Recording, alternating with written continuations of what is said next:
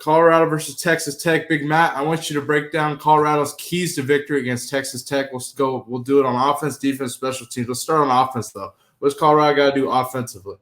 Well, it's like we talked about yesterday. It's, this is a opportunity for Colorado to go out and establish dominance in whichever phase they want to. I want them to run the football, but if they have a massive advantage throwing with Tech being like 125th or some shit covering the pass, then you have to take advantage of that. Look, Colorado's offense has gotten better and better as the offensive line has gotten better and better. Coach Lodeholt was on earlier this week on Monday and did a great job in the interview, but he's been doing an unbelievable job getting this team ready for the stretch run. They just need to continue to build. This is a trap game, bro. Like, this is off of a bye. People are telling you should win. We went from 4.5-point dogs to 3.5-point favorites. Yeah, that's crazy. The offense is humming, but Texas Tech is no slouch. They just went on the road and beat Iowa State in Ames. So I have no doubt. I'm confident that they'll win the game, but I also see a path where this could get, really competitive really early. So hopefully CU can go out and operate at the level that they're accustomed to offensively here recently. And the defense can do what they do. So you put yourself in a position to maybe score 50 points. They haven't done that yet this year. So if Baylor can go to Lubbock and score 60, then if Stephen F. Austin or whatever fucking school that was can go to Baylor, Christian, whoever, if they can go score 50, you'd like to think that CU could. So, there's a lot of shit here for the offense to keep building on, a lot of opportunity for the offense to keep putting stuff on tape that not only confuses the next team they're going to play because of game plan and scheme, but also just, each player continuing to grow and seeing that growth on film. It's, you can only sit back and hope that guys get better for so long. The fact that they can see it week in and week out, and the coaching staff is so adamant about improvement. It's very similar to what we're doing over at Mount Vista. We're 10-0, and I'm the O&D line coach, and we give up a touchdown in the game, and it's like the fucking world's ended. Well, that's because our standards high. Like, we're going to coach the shit out of you, even if the players and the community think we're pushing too hard. Well, we're trying to get ready for Cherry Creek and a state title. You know what I'm saying?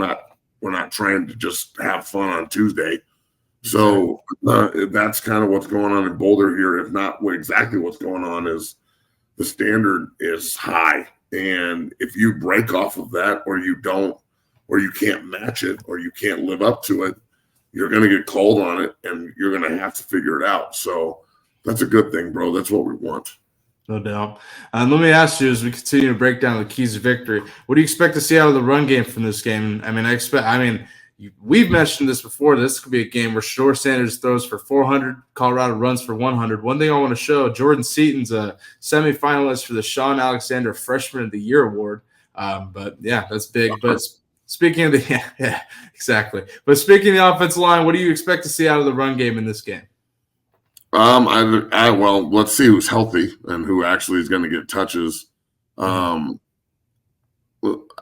Augustin he's really taken over. All right, he's big, he's physical, he does a really good job. Since the game where he fumbled, I think that was UCF.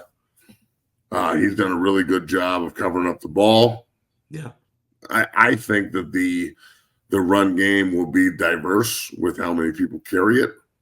I don't think you'll get like a guy carrying it 25 times or anything, but you should get 30 to 35 carries. Right. Because I do think that they will control the time of possession pretty significant in this game. So if you can control the top, and you can make sure that, they are confused in how are we run fitting on this play, or is this play action, or are they moving the pocket, or is this straight drop back? When defense starts thinking like that because of the amount of different looks and the scheme that you're throwing at them, and then the hammer, All that sounds great, but if you can't line up and do it, you're fucked. So the fact that they can line up and do it now, the fact that they can line up and just assault you in the run game at will, and they're not like doing it like some tricky way or, out leveraging you. They're just running the ball at teams. That's scary, bro. We've talked about this forever. But when Shedeur doesn't have to do everything, he can do anything. And we're seeing it happen right in front of us. So honestly, I'd love to see some more of the passes that are also runs to the receivers too. To Horn and Wester and Hunter, getting them a little bit more involved in the jet sweep stuff, the lateral run game, to try and really stretch everything so we can hit up the middle a little bit more. Is Welch going to be back? How does Hayden look? We've got some depth and some dudes, so we'll see who gets the majority of the carries. But a lot of it is going to be on, will we run the ball, which I think we will. Mm-hmm. Can we run the ball, which I know we can. And then lastly is, after you establish that dominance and they start putting 8 guys in the box, then it's okay, Shedeur. Now now you're being served up a platter here. Go pick these people apart. Exactly.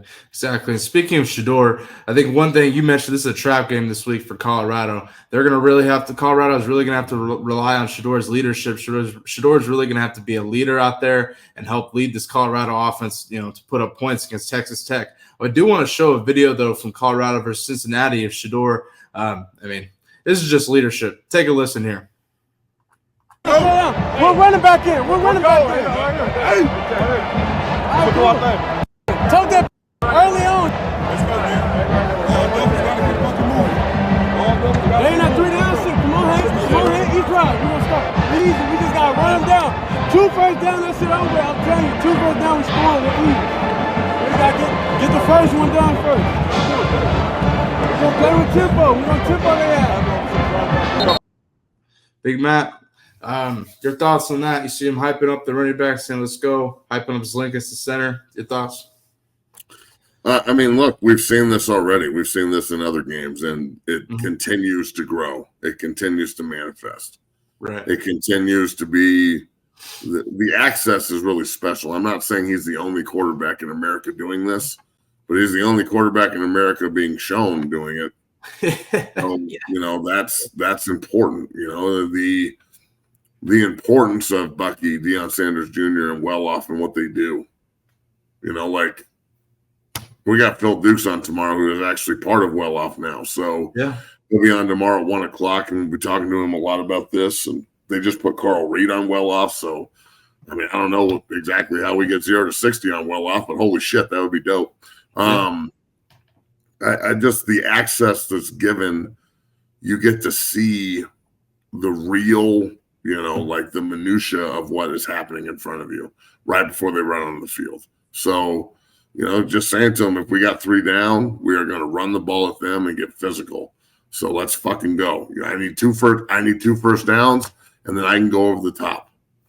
Yep. That sounds exactly like what we've been talking about. So, it's good to see.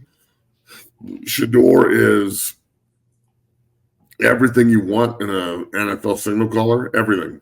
He's fucking intense. He cares. He's smart. He can play. He not only can he play, but he's elite, and he is not afraid to lead, bro. There's some guys who will lead, but they're scared shitless of it. They don't like it. Shedeur reminds me of Burrow, like in the fact that he doesn't really give a fuck if you like it or not. You're going to hear what he has to say, and he's right 99% of the time. So, it's real simple. It's get in where you fit in or kick fucking rocks. And I think that's the way you've got to lead the position. So I love seeing it, bro. I absolutely love seeing Shedeur Sanders lead and do things the way he's doing them. It's fantastic. Amen to that. Yeah, I love to see it too. And like I said, you see it evolving throughout the season. We've talked about this many times in the show. Shedeur is a leader and what you want in a quarterback, especially as he heads to the NFL next year. Let's continue talking about Colorado's keys to victory. Let's move to the defensive side of the ball. Big Matt, Colorado on defense. What do they got to do to shut down Texas Tech and help this defense hold Texas Tech to not very many points this week? Look, Texas Tech's offense is not fantastic by any means, but they're not slouches either. Like they can score points. So who do you get? Who does Texas Tech roll out there? And I'm not talking about personnel. Like, which team are you going to get? Are you going to get a team that looks like they haven't been practicing and like are out there just kind of playing? Or are you going to get a team that is motivated and is coming out, on Patrick Mahomes Day with special uniforms on national TV that's going to come out and play hard? So, look, Colorado's defense is good enough. With last year where they were reacting to everything, now CU's defense is proactive in everything they do. Mm-hmm. They're anticipating. They are downhill. They're super aggressive. They're unbelievably physical. Sammy Sachs, 93, is looking like the best defensive lineman in the Big 12, and that's not a fucking stretch. That is facts. Yeah. That kid is absolutely balling. He's setting the tone for the other edge rushers. And then you've got the law firm inside who, again, when all they have to do is just their job, they don't have to cover every other gap because there's bad players or bad scheme like there was last year. Mm-hmm. They are on a rampage. The defensive line's gotten better and better and better. And if you're telling me Tyler Brown's going to be a two-way player for him and he's going to be able to go in there and play nose tackle and three technique, and spell some of these other guys because of his just absolute girth and weight and strength, then I'm cool with that too. CU can become Concrete Charlie University. If you don't know who Concrete Charlie is, then get on your Google. This homework. Google Concrete fucking Charlie. It's not hard. I think the defense has an opportunity here to just keep slapping down the haters. Because I hear a lot of bullshit about how Tech's going to score 35 points. The CU's defense isn't this, and it's more national media than it is now. There was a lot of doubt, obviously last year, but early this year with CU faithful, people wondering what's going to happen. I think most of the CU people have kind of put that to bed. They are watching every game. They watch every rep. They're seeing what we see. The national media, on the other hand, is not. There's a lot of folks who still think that CU is going to fall off the track, and it's going to happen because their defense isn't up to par, which I don't know why I did the quote over defense, but they're definitely, questioning whether or not the defense can sustain this. Okay. It's more about who we played. It's the JB narrative. Oh, well, you haven't played anybody. They picked them before the game, but they haven't played anybody. So, honestly, Colorado's defense should be fired up and hyped up for the opportunity on national TV again to go fucking dominate someone at home. We become road warriors, bro. And when you're winning games on the road and you can go out and just kind of establish yourself and take over a stadium, by the middle of the third quarter that shit's over, that is fucking big time, dog. That is big time. So look, Texas Tech is going to give us a fight. They're not going to roll over. Lubbock is a hard place to go play. You heard Coach Lodeholt talking about it. His time in Oklahoma, every time they went to Lubbock, it was a tough game. All that said, we're better than they are at damn near every position, if not every position. They can't rush the passer. We lead the league in sacks. Okay? So there's tons of opportunity here for CU and especially CU's defense to go out and establish themselves moving into November as the team to beat in the Big 12. Not, BYU is really special and, they're going to finish undefeated. It's BYU better probe and pray, that CU doesn't find a way to get into the Big 12 title game. Yeah, I agree with this. I think BYU's having a special year, don't get me wrong. But I don't think BYU wants to see CU. I don't think anybody wants to see CU these days. I'm telling you, that Colorado's nasty right now, and they are playing their ass off. And it's just pick your poison, bro. How do you want to get beat? Offensively, how do you want to get beat? Defensively, how do you want to get beat? That's the kind of team they have in Boulder, and I can't wait to see it on Saturday. Remember, everyone, the super chats and the subs are open. Stanley was awesome yesterday in contributing. This is how we get paid on the show, so we appreciate anybody and everybody out there that wants to contribute to what we do here on 0 to 60 that we do for you. So we want to make sure that the fans and that the shoulder-to-shoulder faithful have all the information that we think is pertinent. We're talking about the Colorado Buffaloes and all things football and really all things sports. So, yeah, man, let's keep it rolling. Yeah, and one thing you mentioned, and Coach Prime's mentioned this, we talked about this on the show, Colorado, I mean, there's something about playing on the road, man, going and shutting people up. Colorado, I mean, ever since Nebraska, when in that second half, we talked about that with Brian Howell, where they really turned a switch. Ever since then, they go on the road, they're shutting people up, and I expect the same this week. Your thoughts? What, my thoughts on the defense that I just talked about? What do you? I mean, how do you feel about them playing on the road again? Well, we just talked about this too. They're road warriors, bro. I mean, we literally just talked about this. They are now going on the road and taking over people's buildings, and by the middle of the third quarter, start of the fourth, the game's over. So, I'd like it. I think that they should continue to go down that road. And then, last thing on this keys to victory conversation, special teams. We haven't had to talk about special teams in a couple of weeks. Colorado's been taking care of business on special teams. Same thing this week. What are Colorado's keys to victory on special teams? Just take care of business? Look, don't ask Mata to kick a 60-yarder.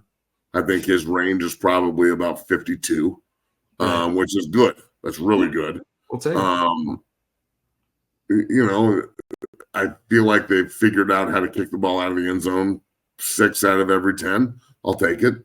The punting game and the special teams in that regard, I think that they've gotten better. I look at it like this. Shout out to Mailman. Appreciate it, Mailman. I look at it like this, that now special teams has become as coveted of a rep as offense and defense. Like people want to play. So a lot of players on average football teams will be like, I got to play special teams. But good players on good football teams are like, yes, I get to fucking play special teams. Mm-hmm. So, I think that the opportunity now for so many of these guys to get on look at Hood. Against Cincinnati, Hood was the best player on the field on special teams. And going and doing that, you sit in the meeting room and you go, how do we keep this guy off the field on defense? Look what he's doing on special teams. Mm-hmm. He went from Arizona being arguably the best defense player on the field that day to not really playing a lot of defense against Cincinnati, but being the best special teams player. So now you got to sit back and go, how do we keep him off the field? You can't. You can't keep him off the fucking field. So special teams is supposed to be special, and not in the way that a lot of you idiots think. It's an opportunity to go out there and make a name for yourself. They've gotten better at it. I want to see Travis Hunter return a punt. That's what I want. Yeah, that would be pretty sweet. I don't know. I don't know if it's much of a risk throwing him back there. You really want to see him return kicks and punts? I want to see him return a couple of punts, yeah. That would be sweet. If we back him up and they're kicking from their end zone and he gets the ball to 50. Everyone stop with all this like, he might get hurt shit. Yeah, he might. He might slip on the ice. What the fuck? He plays damn near every play anyway. Letting him go back there. What if he takes it to the fucking house, which is a significantly it's a significant opportunity. It's something that actually could happen. It's not like a pipe dream. Fuck, Travis is back there. Hope he takes one to the house. It's Travis is back there. Holy fuck, he's about to take one to the house. Right. Yeah, exactly. And I think that this is going to be a big Heisman weekend for Travis. I wouldn't be surprised if he has 3 total touchdowns, and I wouldn't be surprised if he goes offense, defense, and if you put him back to special teams, or 2 on offense and a pick 6. Yeah, He has 2 on offense and a pick 6. It's over. Oh yeah, it's over. There's no argument. Like it's over anyway. Yeah, I tend to agree. People keep going down this road like he's not going to win the Heisman.